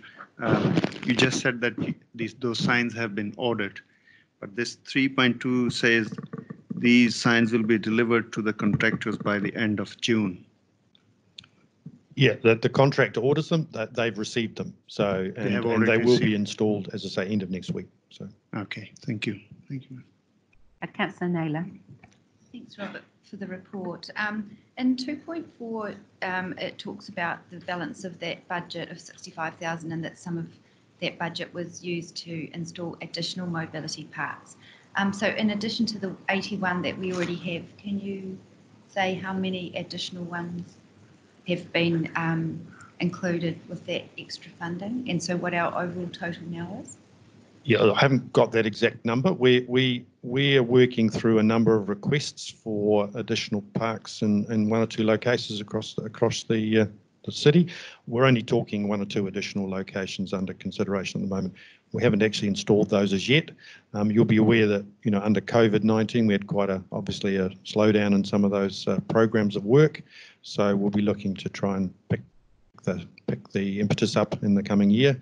That budget, which program budget that council approved, was around all of our what we call non-regulatory signs, which are all covered under NCTA. These are the ones essentially managing parking and off-street parking, mobility parking, those sorts of things, which fall on council's mandate. So yeah, we'll only be talking another one or two at most. So just to follow up, so are you suggesting that that budget has not been all spent for this financial year? Yeah, I think we did flag in the carry forwards that there'll be something like half that budget carried forward into next year, and we reduced next year's.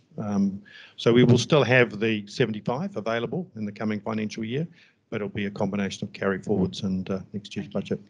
Just a couple of more questions, if that's okay, Madam Chair. So once those additional 19 have been put in place, I'm assuming that means that all 81 will have at all times. Can we be assured that going forward that all the disability parks that are established in future will be at all times? You can. Yep. Lovely. And just the final question, the comment that you made when you were speaking about the enforcement resourcing,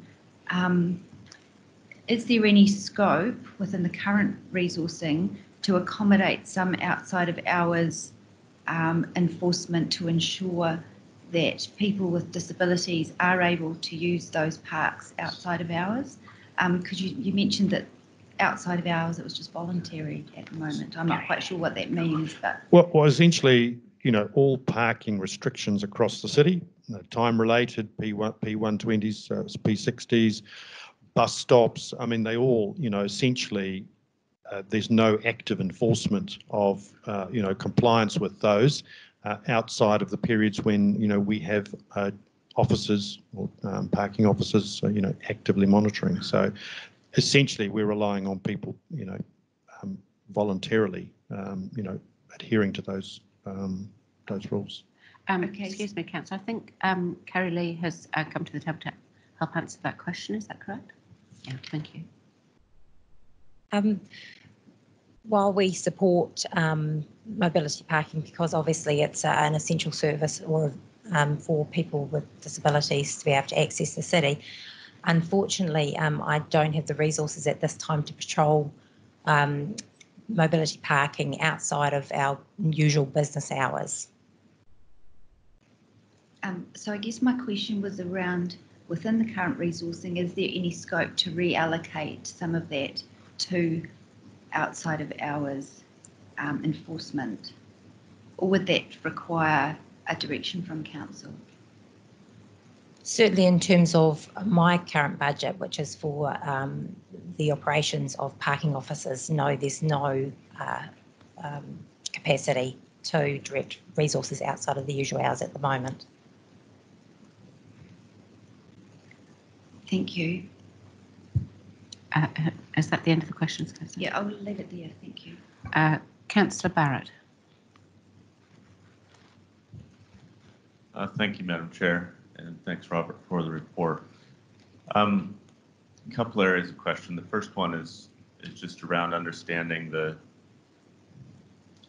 adequacy of our offering in terms of mobility parks in the city, and is there a guideline from NZTA or Ministry of Transport, anyone around sort of what sufficient looks like, and then how does that actually does that come through our district planning, or how do we actually mandate the density of mobility parks in the city? Yeah, look, it's a good question. I think I'm not clear that there's anything specific. There are probably some guidelines coming from mobility or disability groups in a sort of national and international context. What we try and do essentially is ensure that there's a reasonable distribution of parks across the CBD, but also we try and identify those particular services that may be more frequently accessed by people with mobility issues, and ensure that there are parks available. We get a lot of requests from businesses around, I've got customers, we've got customers that have disability issues. Unfortunately, we can't respond to those sorts of, one-off requests. We try and look at it more holistically.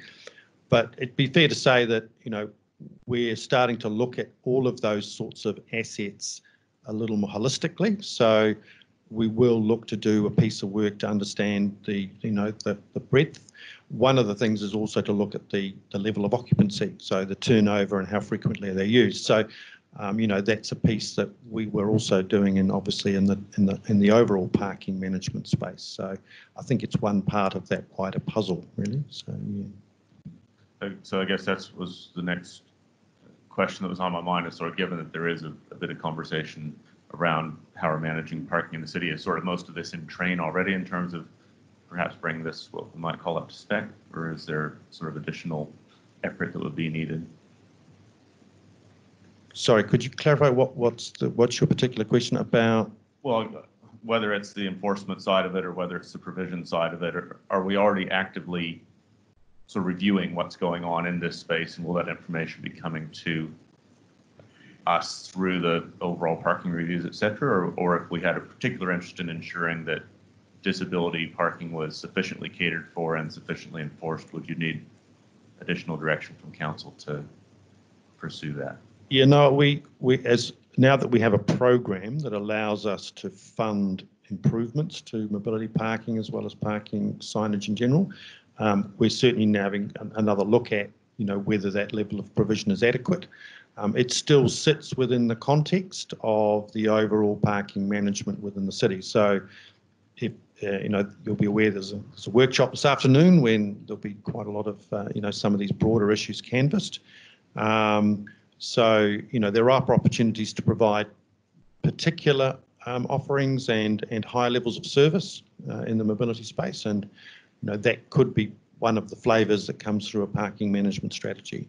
We'd certainly be open to responding to that, but for now we're looking at optimising what's available. When we put in a new mobility park, we typically have to take out 2 traditional parks, and often there are constraints around where they can be located. So there are other considerations which we need to bring to bear. Yeah. All right, thank you, Madam Chair. Councillors, any further questions? Councillor Butt. Thank you, Madam Chair. Just a quick question. What kind of penalties are we putting on the people not obeying these parking spaces? By memory, it's $150 for parking in a mobility park without a current parking permit, mobility parking permit. Okay, thank you. Okay, thank you very much, Robert and Curly, for your report and answering questions. So councillors, I will move that we receive the memorandum entitled Report on Citywide Mobility Parking Signage Upgrade. Seconded Councillor Bowen. We've just got another additional recommendation here. No, so we'll say November. Yeah. Okay, so we've got an additional recommendation moved by Councillor Naylor and seconded by Councillor Harpeter. That a report is presented to the August/November Community Development Committee outlining cost of enforcing parking restrictions outside of current hours. First of all, is that just related to mobility, or is that all parking restrictions? Specifically for the I haven't specified. No. I can speak to it if you'd like. I'm just clarifying the recommendation first before I get you to speak to it. So are you intending that to be enforcing all parking restrictions or just enforcing mobility parking restrictions? I wasn't going to specify because I would leave that as an operational issue to see how the use of those officers would be best served. All right. It has Before been- you speak, Councillor, the other thing is that the General Manager has advised that August is not going to be possible. So can we just leave it as November? Yeah. Okay. And I'll just invite the General Manager to comment. Yeah, thank you for that. And I think it is, something that needs to be investigated in terms of it. But probably one thing I would also say is that what we are talking about is a change to levels of service for that, and it probably, so we have a whole process around the LTP coming up in relation to that. So while we might do some work and investigate what the cost would be of different levels of service in terms of the decision making around that, maybe that is appropriate to inform that process, so we can consider it with all other sort of level of service changes we may wish to think about. Thank you. Thank you for that advice. Councillor Naylor, do you want to speak to your additional recommendation first? Yeah, that would be lovely. Thank you.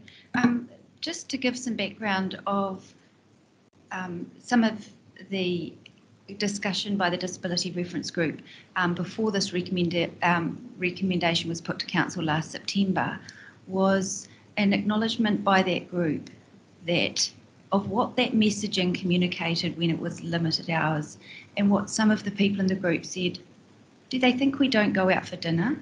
Do you think our life ends at 6 o'clock?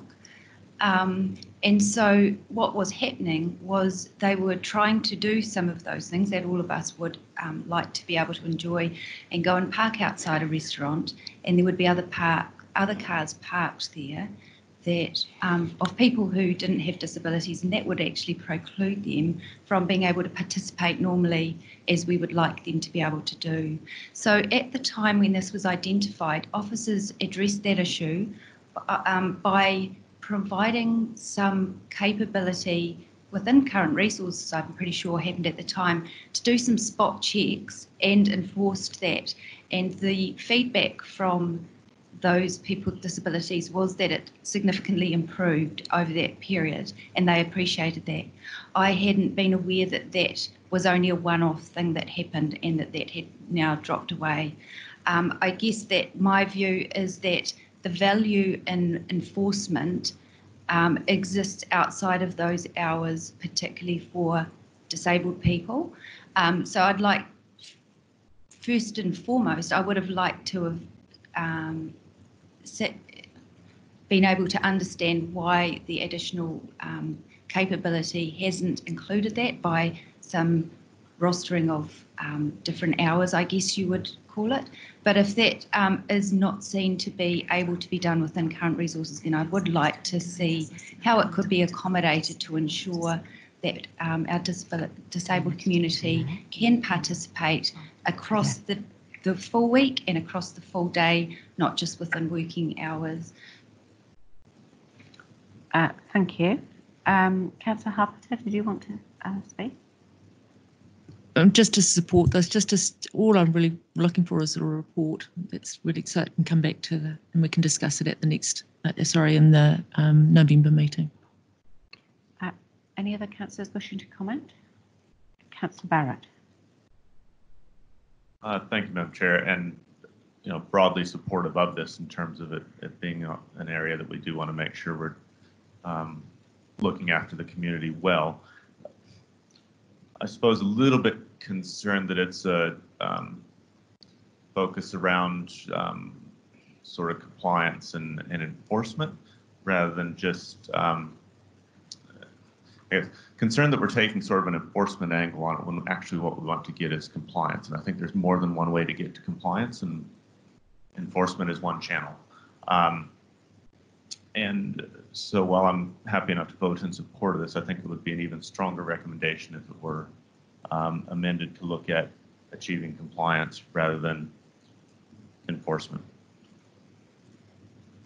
I'd be happy with that change. So do you want it to be changed to outlining the cost of compliance with parking restrictions? Yep. I think I'd go with cost of achieving compliance. But we still need to retain the out of hour outside Yes, current yeah, hours. yeah. So the cost of achieving parking compliance outside of current hours. Is everyone happy with that? So outlining the cost of achieving parking compliance outside of current hours. Councillor Naylor, you're happy with that change? And Councillor Harpeter? Yeah, okay. Any other comments? I'll just make a comment myself, which is that I think that as regards mobility parking, that this is particularly pertinent. The cost of achieving all parking compliance outside of current hours, I dread to think what that would be. And I do wonder myself if we might be better to focus ourselves on the mobility parking compliance, because that was where this report came from, this memorandum came from, and it's where the problem is. I assume that any report back would include the cost of the mobility compliance separately, but it just seems that we might be putting, I don't want to put staff to unnecessary work if what we're really intending is the mobility compliance. So I don't know if anybody has anything to say about that. Are you happy if we change it to that, Councillor Naylor, or do you want all parking compliance? I'm happy for it to be changed. My hesitation is that if we gave specific direction, that I wouldn't want to see parking officers going out and walking past other parks to get to the mobility parks, because I thought it was it could be accommodated in the way that it was applied in terms of an operational sense. But I agree with you that the intent is to ensure that those parks are not used inappropriately outside of hours. So if officers can give direction as to whether the current wording is appropriate for us to achieve the outcome, then if it needs to be changed, I'm open for it to be changed. I'll just ask I'll just give the General Manager opportunity to consult with staff and just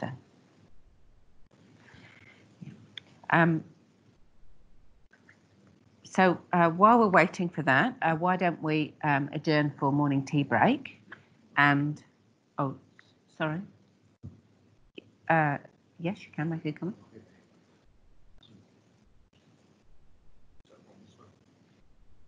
Yeah, sure. Thank you, Madam Chair. This is a massive change of level of service, which is really an LTP discussion if it stays at the wording. So I'm quite happy to support mobility, because that's what the discussion is really about. I was at Enable New Zealand last week, and ironically this discussion did not come up.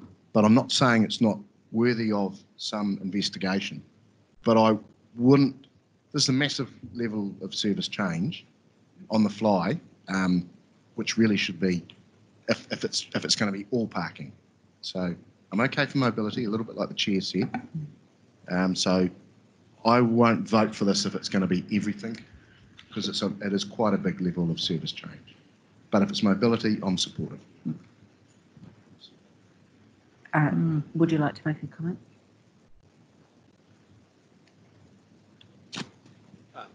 Thank you. I think the Mayor makes some good points on that. It is potentially quite a big service change.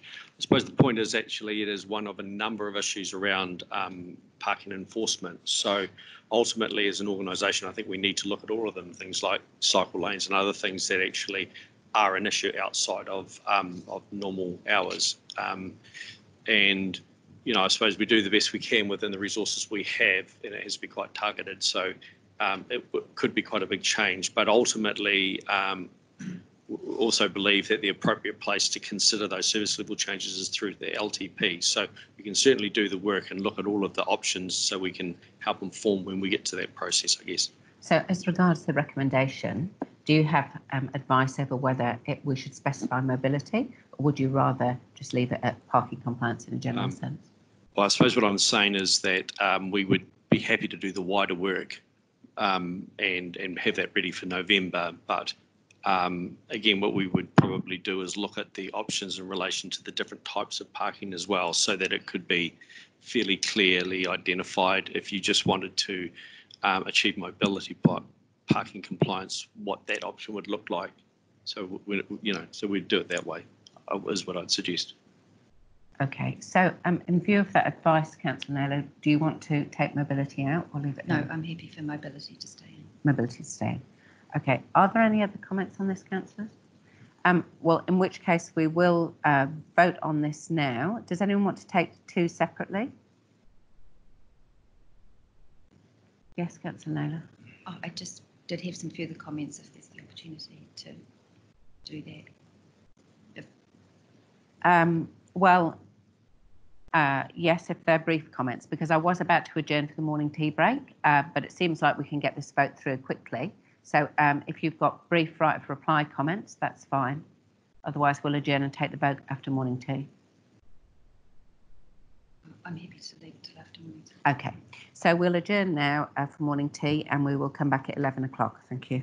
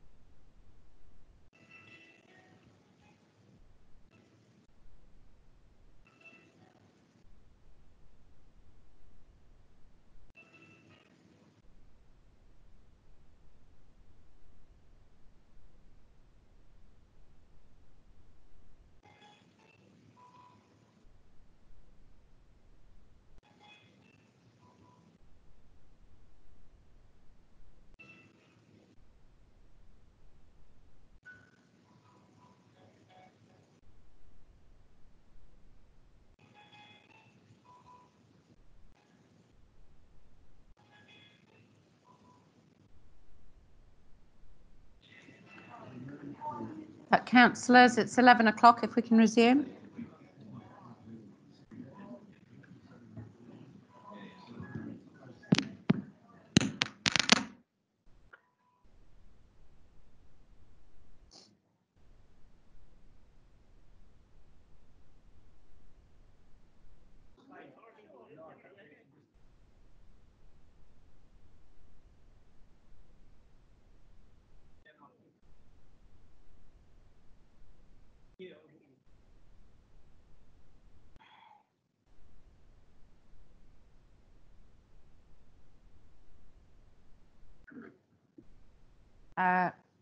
Thank you, councillors.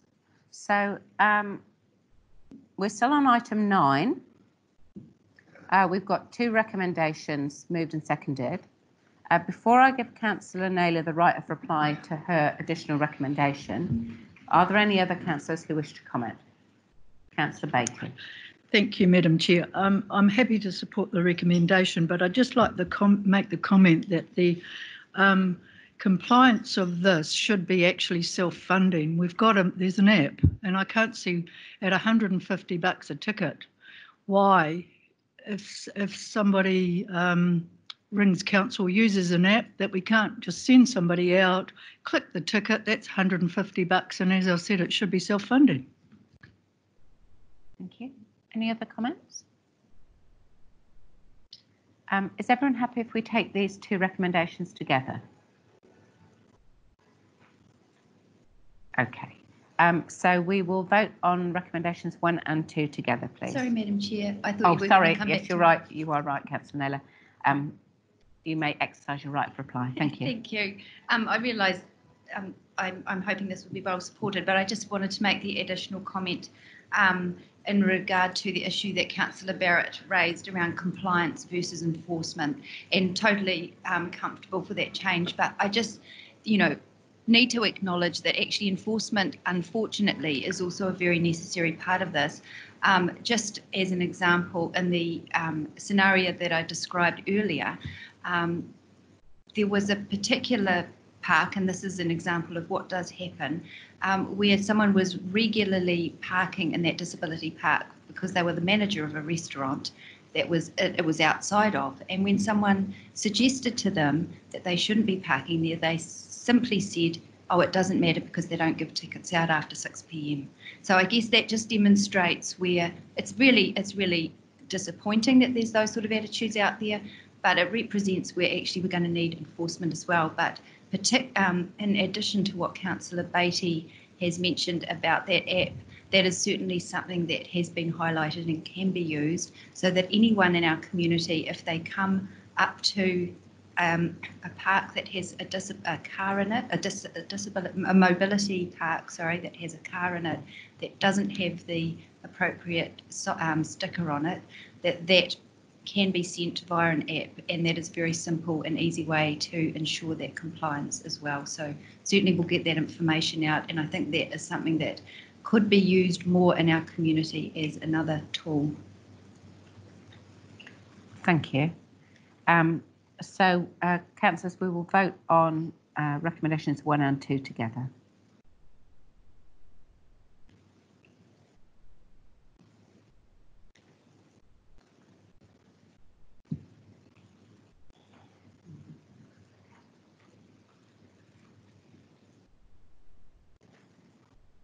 And they are passed, 15 votes for and none against. Thank you. So we'll move on to item 10, which is the Health and Wellbeing Portfolio Update for June, presented by Councillor Meehan. Nothing more to add. I'll take the report as read. Thank you, Councillor Meehan. Are there any questions on the Health and Wellbeing Portfolio Report? Councillor Naylor. Just a quick comment. Apologies that the disability meetings weren't included. We missed the deadline with that, so that'll be included in the next report.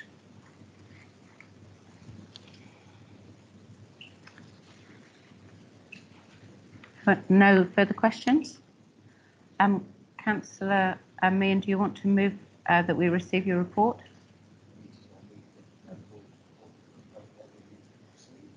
Thank you. Seconded, Councillor Harpiter. Are there any comments on the report? Just to make the obvious point that I'm wondering what was updated to be reported. So my personal view is that these reports shouldn't come to the committee just because they're scheduled. It's because if there's something to report. And so therefore I'm just really echoing what I've said all along. I think that they should only come if there's something meaningful to add. Thank you. I certainly would make the comment that the reports come so that we can have a record of engagement of councillors with the sectors that the portfolio is engaged with. They're not, my understanding is not only to report back on significant decisions or changes of direction, but to actually be a record of engagement with significant sectors. And so I don't have a problem with them coming every meeting. Any other comments? We do have an additional recommendation from Danielle Harris that the name of the Health and Wellbeing portfolio be changed to the Whānau Ora Health and Wellbeing portfolio, and that's seconded by Councillor Meehan.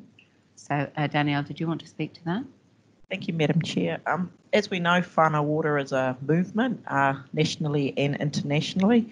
We're very fortunate to have Pa Mason here in our rohi, who actually has been one of the champions of Whānau Ora. Whānau Ora has 7 main outcomes, and they're very holistic. They're about self-management, it's about living healthy lifestyles, it's about fully participating in our society and in Te Ao Māori. It's about economic security and wealth creation, and it's about creating cohesive, resilient and nurturing whānau. It also brings in the element of environmental stewardship. So Whānau Ora is not a concept that just applies to Māori, it's a concept that applies to our whole community.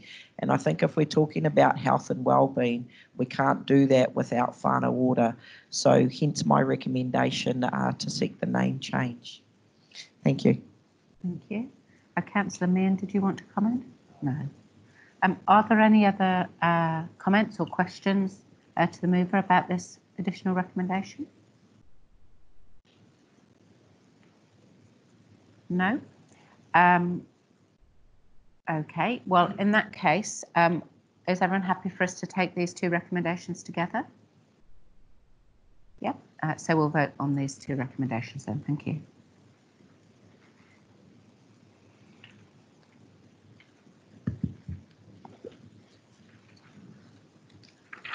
And they are passed, 15 votes for and none against. So we'll move on now to the portfolio update on neighbourhoods, villages and rural portfolio for June, presented by Councillor Petrinas. Thank you, Madam Chair. As you'll see in the report, it's been a pretty active time in the Bunnythorpe area, and I think during July this month, a lot of work is going to be done in respect of identifying the final footprint of the Bunnythorpe Community Centre. There will be a meeting then on the 11th of August. I think Bunnythorpe community is holding its breath for the announcement tomorrow lunchtime of the Kiwi Rail Hub, and I think we'll all be interested to see what is going to happen with that. As Councillor Rutherford has indicated, there's a lot of Ashes Road safety improvements being undertaken in Cambridge Road and also in Salisbury Street. The Wakaronga community is delighted to have the Stony Creek Road completed, and it's performing very well. The Kelvin Grove community is also delighted to have the James Line pedestrian crossing over the railway line completed. And but I think one issue of that community that we'll be looking at, and staff will probably be looking at, is the pedestrian crossing across James Line to service the western side of the community in Kelvin Grove. The Kelvin Grove community meeting is on the 8th of July, and the Hoffman Kiln meeting of trustees was held, and we're currently looking at an evaluation of restoration work at the northern end of the kiln, where there was a big hole opened up by a front end digger. So it's also great to see the footpath upgrades occurring throughout the community, especially in College Street yesterday, but there still remains a large number of unsafe footpath areas, and I'm looking forward to the next tranche of work in the communities around Palmerston North. Thank you, Madam Chair. Thank you, Councillor Petrinas. Any questions or comments? Councillor Harpiter. Thanks, Madam Chair. Just on the James Line crossing, or the pedestrian crossing, not the crossing for Kiwi Rail, just really where officers are at in terms of that, and if we can get progress, and we actually need a date of when it's actually going to be finished. So we actually want movement on that, because we've actually heard from the community many times on this. We actually want that crossing to go on to James Line. Do we need any more? Do we need a recommendation to officers? I believe that Bryce is standing in for Tom, and he will respond. I know that we are progressing some detailed location designs and things for that crossing, so I know these discussions are definitely advancing.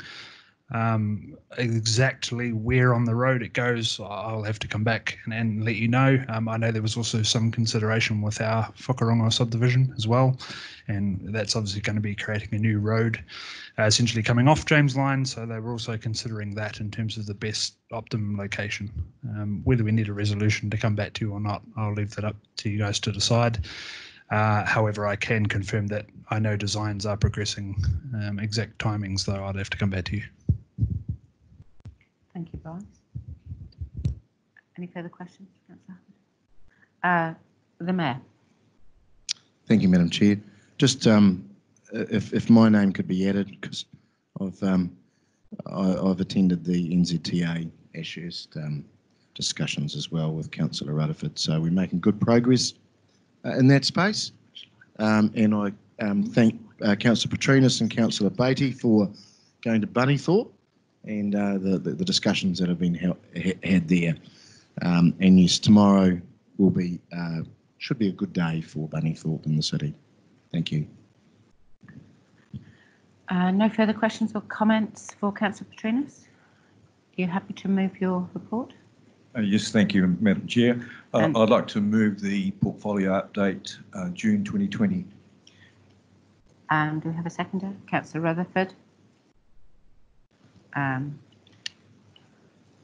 Okay, we will take the vote to receive that report.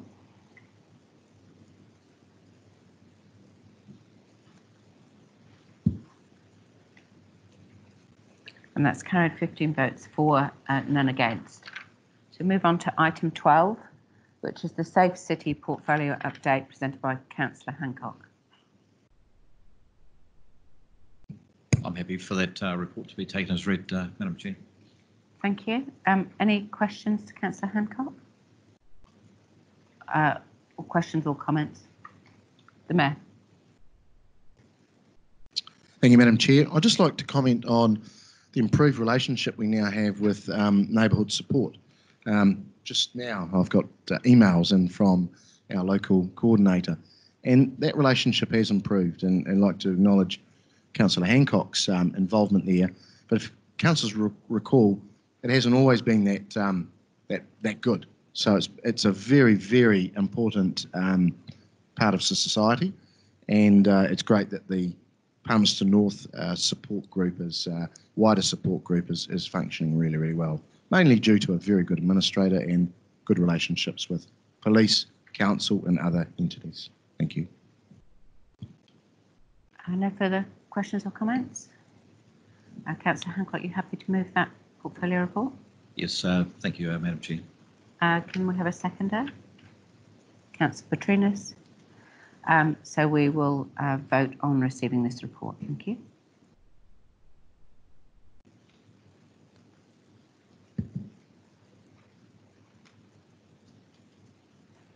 And that is carried 15 votes for and none against. So move to item 13, which is the People and Community Portfolio Update, which is my report. The only thing really that I wanted to comment on was the really excellent collaboration of the sector with council that occurred during the COVID-19 lockdown. And I think that that really does need noting, because it was done on the fly, both by the community sector and by council staff. It worked extremely well. Over 20,000 people were helped with welfare, and I think that should be noted, really.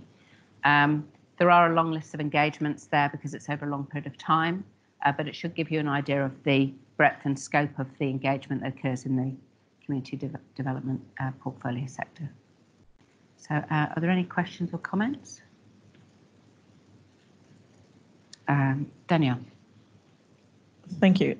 I just note when it came to Waitangi Day, you've got Rangitani in there, rightly so, and we're kind of listed as a stakeholder or group. I just wonder if there's a different way that we can report that going forward, because we actually aren't a stakeholder or a group, we're your treaty partner. Thank you. Thank you. Thank you. We'll note that comment and give some thought as to how we might address that going forward. Any other questions or comments? Okay, so I'll move that the portfolio update report be received for information. Seconded, Councillor Rutherford, and we'll vote on that. Thank you.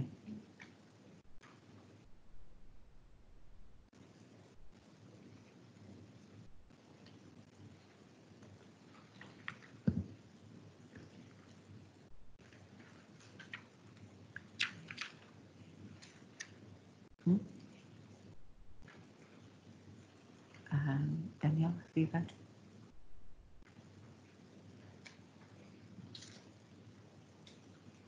And that's carried 15 votes for, none against. So the final item 14, is the committee work schedule. And I'll ask the General Manager to make any comments. So there's two papers coming up.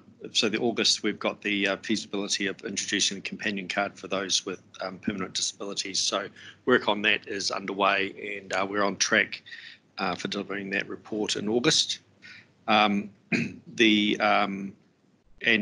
we're also on track in terms of a paper on library services in Highbury for November. There's been some consideration about whether there's any option to bring that paper forward. We have also met with Bruce Madden in terms of just making sure where his group is at in terms of the work they're doing, and he's assured us that he has no interest, or hasn't got the capacity in having that paper brought forward as well. And what we are now looking at doing is having a workshop in August, and one of the things that we'd like to do as part of that is to talk about the overall plan and strategy for community facilities, including community centres and libraries and what have you. And we think that will be a good opportunity to help inform where we want to go going forward. We think it's also linked in with the work that we need to do around the Te Manawa and library precinct as well, because they're all interconnected. So it's a busy old time coming up in the next 6 months, I think, in this space. Thank you. Are there any questions about the work schedule? Councillor Naylor. Just a comment, really. Sorry, we're not in comment at the moment. We're in questions. Okay, the question is the Disability Reference Group report back. I understood it was to be planned for November. Is there any reason why that wouldn't be included in the work plan, work schedule? Councillor Naylor, we have corresponded about this, and the Disability Reference Group is an outside group that presents to council. It's not a staff report, so we don't normally put outside groups on the work schedule. If you're requesting a staff report on the Disability Reference Group, then that's a separate matter. I can wait till comments. Thank you. Danielle. Thank you, Madam Chair. In terms of the library services in Highbury, is it only being proposed that the council will be working with Te Aroha Nor's new community consultation panel around community engagement? Yes, please. So there is an engagement going on in that regard, but I think the question is more broadly about library services more generally. So that is one proposal that has been worked on, but I think the intent is to come back with a more generic answer around recommendations for library services in Highbury. Don't think you've quite answered my question. So currently it says the officers will be working with Te Aroha Noa's new community consultation panel in coming months to shape further joint community engagement. So are they only going to be working with that panel, or will they be working with wider areas of the community such as Ora Connect, for example? Look, I think the intent is certainly to have a much more wider consultation, so it's not just one exclusive conversation. I think that is certainly something that's been on the go for a while, certainly I think before my time, so that's certainly been progressed, but I think yes, the intent would be to have a wider conversation around it. Thank you. Any other questions about the work schedule? Okay, well, I'm happy to move that we accept the work schedule, and seconded Councillor Bowen. I'll open up for comment. Councillor Naylor. Yeah, just a brief comment in terms of that report back process for the Disability Reference Group. I was really just wanting to suggest that it would be good for that to be captured in the work plan, just to ensure that it doesn't get missed, not for the purposes of seeking a staff report, but for the purposes of ensuring that we meet the terms of reference that have been endorsed by Council for that group. I'm receiving advice from governance that the administrator can make sure that that happens. Thank you. Danielle. Just turning my question into a comment, I would like to see the City Council come and engage with Ora Connect. Te Aroha Noa is a provider in the Highbury area, but they do not represent the whole of that community. And also through talking with Ora Connect, you'll also be talking with us as iwi, so that would be very much appreciated. Thank you. Thank you. I think General Manager has taken that on board. Any further comment? Okay, well, we will vote to receive the work schedule.